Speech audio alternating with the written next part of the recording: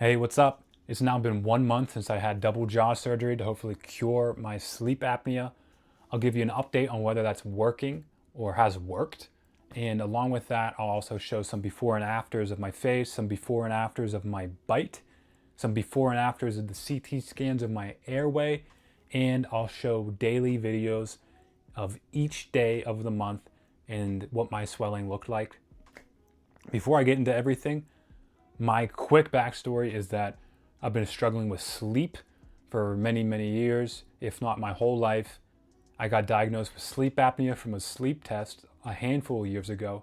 Ended up trying a bunch of different treatments, from machines to mouth guards to exercises and the didgeridoo. Nothing gave me promising results, or at least satisfactory to me.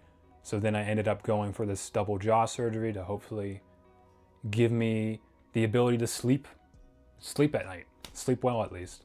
So now I am 1 month post-op,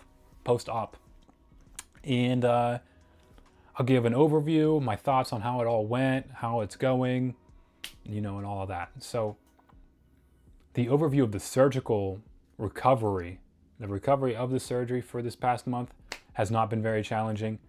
That's me at least comparing it to the struggles of not sleeping and suffocating at night every single night for years. Compared to that, this surgery was not even an issue. And so if you're going through all of this, kind of horrendous sleep apnea stuff, I don't think you have much to worry about in terms of recovering from this surgery. Generally, I was pretty swelled up for the first couple weeks, and I was grumpy for sure for the first week with lots of nosebleeds, but all of that kind of went away pretty quickly, say after just 2 weeks, 3 weeks. The only real struggle or part of it that I felt, was certainly overwhelming for me were about the first 3 hours. My blood pressure was a little bit off coming out of surgery. They had me fast and not drink water for 24 hours before surgery. So I was parched, couldn't really open my mouth, was hungry, blood pressure was off. Nurses were running around me, machines were beeping, and they were a little worried about my blood pressure. And then blood was just gushing down my face and down the back of my throat. And that was a little overwhelming for sure. But it quickly got better. Within 24 hours, I was discharged from the hospital. And once I left the hospital, I didn't take any kind of prescribed or intense painkillers, just like ibuprofen. And that was enough to manage it for sure. Now, being 1 month post-op, I'm not taking anything other than I just squirt some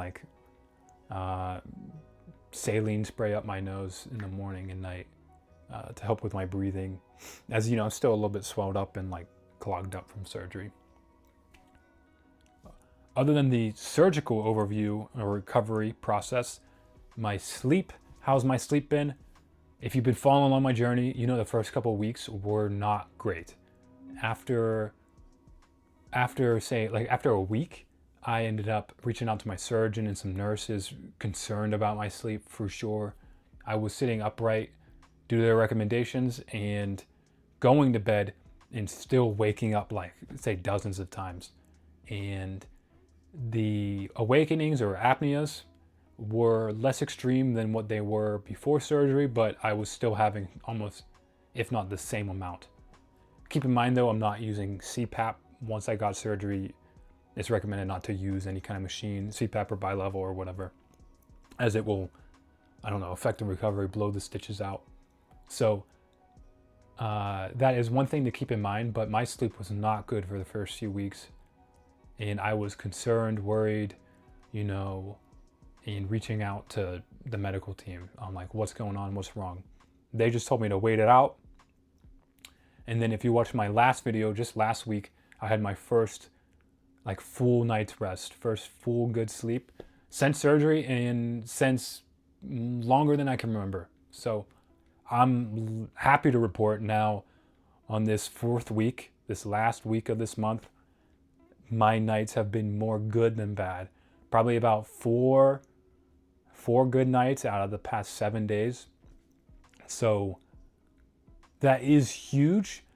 although I'm sleeping well some of those nights, and what I mean by that is that I'm not even, some of them maybe I'm not even waking up at all. I just wake up when I wake up in the morning, or I wake up 1 to 2 times. And those that don't even feel like big apneas, they just feel like I kind of like loosely wake up, change position, go back to sleep. And those feel really good. However, even if I have those, I still wake up tired, still wake up fatigued.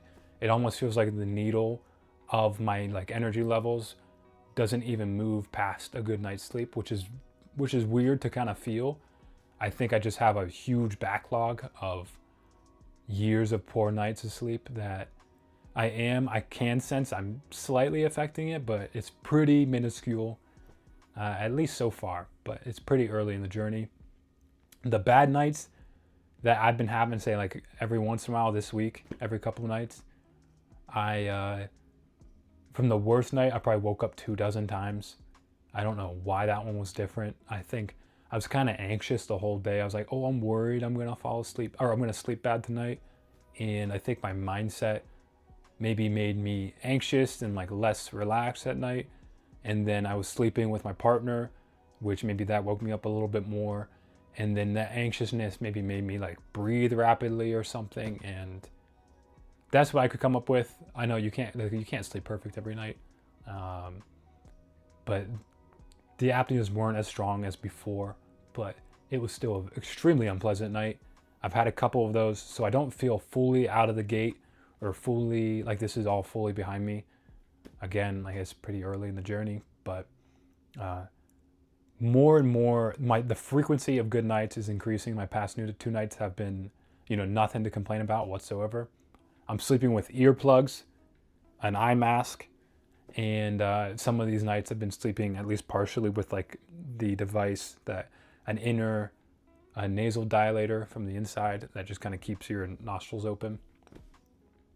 The reason I'm doing that is because I'm there, I don't think everything went perfectly or as perfect as I would have wanted it to, although I'm very happy with the results, both in function so far and aesthetically so far. But moving into maybe what I wish would have went different and where maybe my next steps are. The reason I'm wearing that nasal dilator is that I'll show some clips of my breathing now.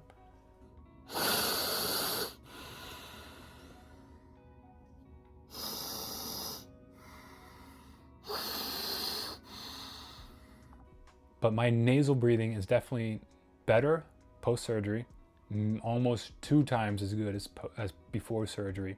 However, I've been waxing and waning between whether I think like, oh, my nasal breathing is very good, I'll never have to do something again with it, and maybe I need another surgery or expansion or something to improve my nasal breathing still. And who knows, the swelling could come down more over the next weeks and months, and maybe that could affect my breathing as well. But like I said, I'll throw a clip on me of breathing, and I wish, so then one thing I'm still kind of stuck with is that I'm not super confident in my nasal breathing and that it's optimal or even good. So kind of chewing on that and whether or not I might need or get like another surgery, say on my nose to make my breathing better, or down the line expansion on my upper palate to open up my nasal like cavity and breathe better as well. That would be my main complaint. And then my other maybe concern or complaint would be that before surgery I didn't have enough room to fit my tongue on the top of my mouth. At least that's how it feels. So I definitely don't have like proper tongue posture, which maybe contributed to all of this or vice versa. And I mentioned that during the surgical planning process. My surgeon didn't seem concerned about that. I've mentioned that before to my like dentist, orthodontist. They didn't seem concerned about that. And then as a teen, I was never expanded in orthodontics when I had orthodontia. So apparently I have a 38 millimeter intermolar distance. I'll show some clips of my bite and my palate, of course, but I still don't feel, even when my jaws move forward, which I thought would give me more space of my tongue, which it definitely did, but I still don't feel confident, nor do I hold great tongue posture throughout my days, at least not yet. Maybe myofunctional therapy could help. I've tried some of those exercises in the past, and with not much luck, but maybe I'll look into that. But that leads me down also, like my possible next steps would be to figure out, to maybe wait or figure out what my next steps might be for my nasal breathing, like a nasal surgery, or later down the line, upper palatal nasal maxilla, whatever, expansion to improve my nasal breathing. And then to expand maybe my upper teeth, my molars, so that I feel like I have enough room, or more than enough room, to have proper tongue posture.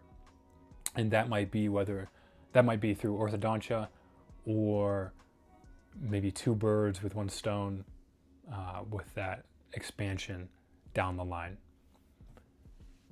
So that is kind of what I'm thinking in terms of what's on my mind and what my next steps might be. I will be transparent in that I definitely overthink some things. I might have a little like OCD or health OCD, and some days I'm very confident in the results I've gotten from the surgery, and that maybe I'm cured at least for a long time. But then other days I might be tweaking, real anxious, and looking up a ton online about, is this intermolar distance okay? Is my breathing okay? Is this good enough breathing? Was I advanced far enough? And researching a lot of it, maybe a little obsessively. And so I think time will tell, and I'll figure it all out eventually. So I'll just sit on all that, see how it goes, and see what feels right. One important part, I think, along this process is that maybe I'm overthinking it, but people would have thought I was overthinking it over the past few years, and that, hey, you're on CPAP and it shows you only have a couple apneas an hour, or one apnea an hour, so you're treated, you're fine.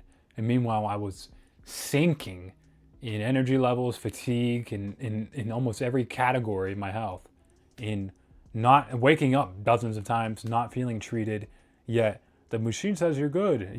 This doctor says you're good, or you look fine. You don't look recessed, or this is good. And trusting them, I didn't trust them fully. Eventually I did just end up getting surgery and going with other opinions, but I did trust them for a little bit, each of these people, or healers, or doctors, whatever. And it that prolonged my journey and made it worse, for sure. Not that I could have figured out a way around just trying less invasive treatment options, but definitely doing your own research and trying some things out, and trusting your intuition about whether something's actually working, whether you feel your health is improving over the long term or not, is important to keep in mind. That's what I would have liked to hear, for sure. And then lastly, I think I'll cover just how I feel about the aesthetic results. I think I look better, for sure. In my mind, at least, I think I have definitely a stronger jawline. Both my jaws seem more pushed forward than in comparison to my forehead, before versus after. And I'm pretty happy with it. It wasn't my main concern. I'm here mainly, for sure, mainly for just being able to sleep and have my health and life back. But aesthetically, I am pleased. It's a little bit weird to miss your old face, or see yourself in mirrors or photos, and things just look a little bit different. Or even just the relation between my jaws with each other, and since I was rotated, when I saw a video of me laughing, and I was like, whoa, I look weird, at least to me. Some people have seen me and said they didn't really notice a difference, so for everyone in their own surgery, they're definitely going to be more microscopic with the details. Any concerns I might have aesthetically would be